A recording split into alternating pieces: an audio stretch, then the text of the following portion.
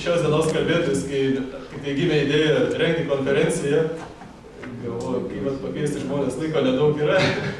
Štai ateina skambutis iš ponios Ramunės, kad yra du kalbėtojai, yra kažkas, kas nori kalbėti ir pasako iš turiu formą. Tada prisimenu, kad tikrai rašiau laišką ir dabar, tai kai jūs atėjot, nesupratau, kad čia jūs esat kartu.